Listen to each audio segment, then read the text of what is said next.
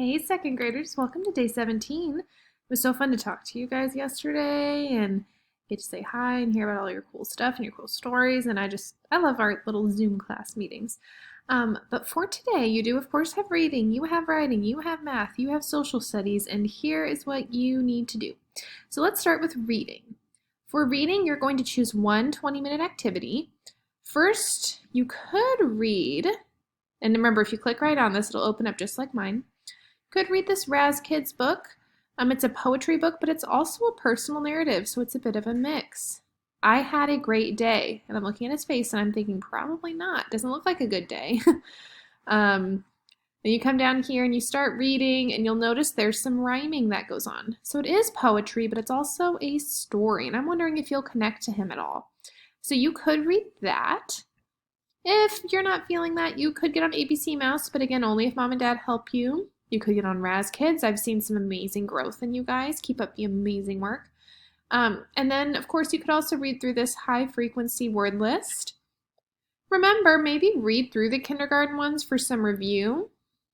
And you keep going. These are mainly what I'm wanting you to read. These are the patterns that are in there. And then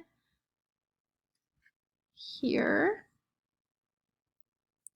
you will read these words. These are the second grade words. So hopefully you can read through these all the way, and then do read through the examples, because even though they're up here, read through them. It's a lot of extra practice. So you can choose one of those activities to do. Or you could read a book of your choice if you would like for 20 minutes or longer if you feel like it. You know, I always support more reading. And once you do that, make your choice, I suppose, go ahead and pause before you move on to writing. So go ahead and hit pause, and I'll meet you back here for writing. All right, welcome back for writing. Today we are working on narrative writing. Narrative is a story that's happened to you. Today you will write a personal narrative about a time that you truly had a great day. Now here's what's fun. I know I always say that with narratives we have to have a problem, but today you don't have to have one. You can truly just write about how amazing a day was. Now when I was thinking of a great day for me, I was thinking about my seventh birthday party. Now, my birthday is around Christmas, so we had like a Christmas themed birthday party for me with Pin the Tail on Rudolph, and everyone had Santa hats, and it was just lots and lots of fun. So that was a day for me it was just a great day. Nothing bad happened, and that's okay.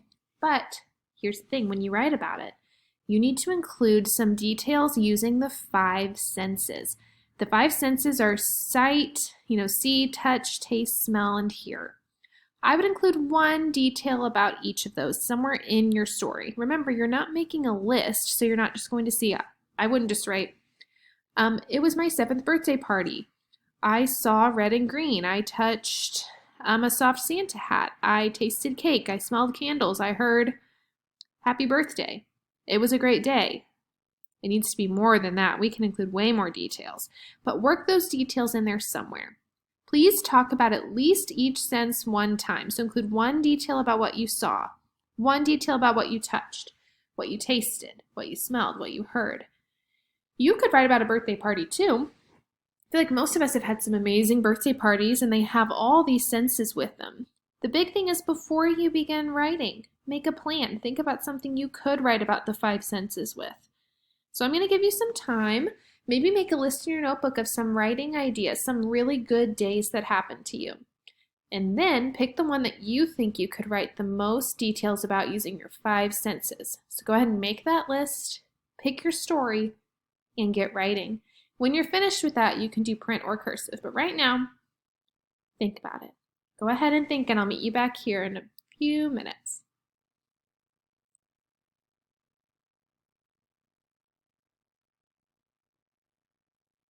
All right, welcome back. Hopefully you have written your narrative story, and I said a few minutes, I really meant a lot more than a few, hopefully. So if you only wrote for a few minutes, get back to writing. Go ahead and hit pause and get back. And then for handwriting, today we're going to do print or cursive. So go ahead and I'm going to pause, pick what you would like to do. Remember, you can open them up on here and practice in your notebook, or you can get them printed and make sure you ask mom and dad, or if you have a resource packet, that's great too. Pick one, go ahead and do that for maybe 10 minutes, and then meet me back. So I'll give you 10 minutes. Go ahead and hit pause and get to work.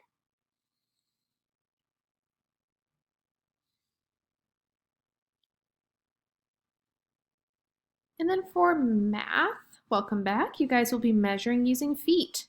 Measure the length of the walls in one room of your house. So you're measuring all the walls in one room. Now, you might need your parents to help you with this, but a friendly reminder, when you're measuring using feet, you might set the ruler against the wall, put your finger at the end of the ruler, and then slide the ruler down to where the beginning lines up with where your finger was. That's 1 foot. And then you put your finger at the end again, slide it over, that's 2 feet. Make sure you're keeping track so you don't lose count. And then when you're finished, you can draw a diagram of the room on a piece of paper and label the measurements.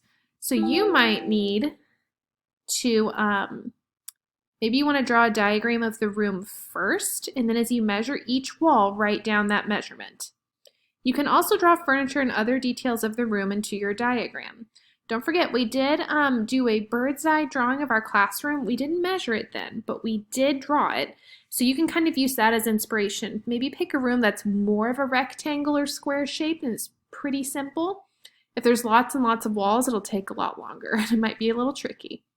So go ahead, pick the room you want to measure, go draw the diagram first, that bird's eye view, and then measure one wall at a time. When you've measured a wall, write it down on your diagram and then get back to work.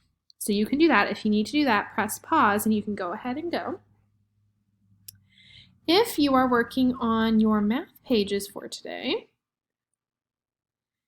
today's big idea is that you guys can tell me why you think you are correct. So for Bev measures the crayon and says it is 5 centimeters long. Is her work precise? Explain. You're going to come down here. You're going to say yes or no because. I need you to explain. If you give this to mom and dad or I get this and I just see yes or no, that is not going to fly. And I'm going to say, oh, go ahead and go back and add your explain.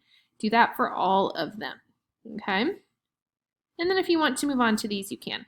Maybe ask mom and dad if they want you to do all of it, then do all of it. But if they only want you to do a few, you can tell them Miss Gibson said just page 542 and 543 is the big concepts, and then these are a little bit extra.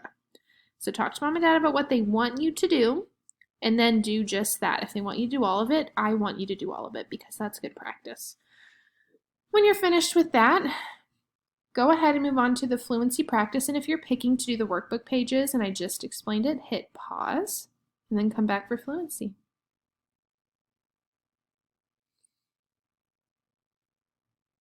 Okay, for fluency practice, today you're going to play the game Fixed, Add, and War with someone if you would like. This is a game you guys have been playing at home, but if you need the directions, they are right here. To make it harder, you could make it, let's see. To make it harder, you could do, you know what, I'm thinking of Addition Clash. I don't have a way to make this harder right now, but if you think of one, you let me know. For now, they'll play this game just as directed. And then, if you don't have anyone to play it with, though, and you're kind of working by yourself and your mom and dad are busy, your brother or sister working on schoolwork, you could also get on Greg Tang. And you can pick one of these games. When you click on it, you can hit learn. It'll teach you how to play, or if you've played it before, you can jump right in. So if you're by yourself or you kind of feel like doing that, that's another option. Now guys, for social studies today, I need you to stay extra focused because I'm actually going to ask your parents to send this to me somehow, either through a picture or if you're on Google Classroom, this is what I want you guys to put on it. This is about buying goods and services. So people also use money to exchange goods and services, not just bartering. Some people use money.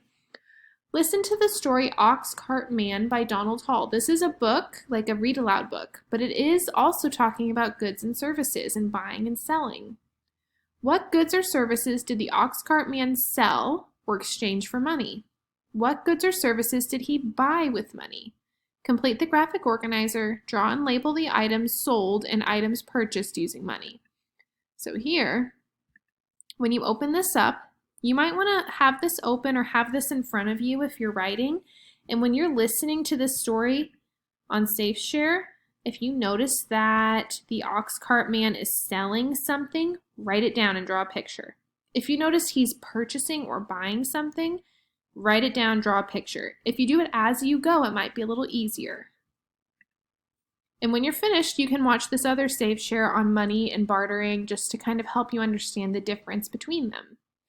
All right, and that is it for day 17, second graders. Keep up the amazing work. Do a little specials choice board activity, and be thinking as you go about your week about work you're proud of. So if you have something today you're really proud of, it could be your story, it might be your diagram, set it aside for Friday. Have an awesome day, second graders. I love you all so much, and I hope you have a wonderful day. Bye-bye.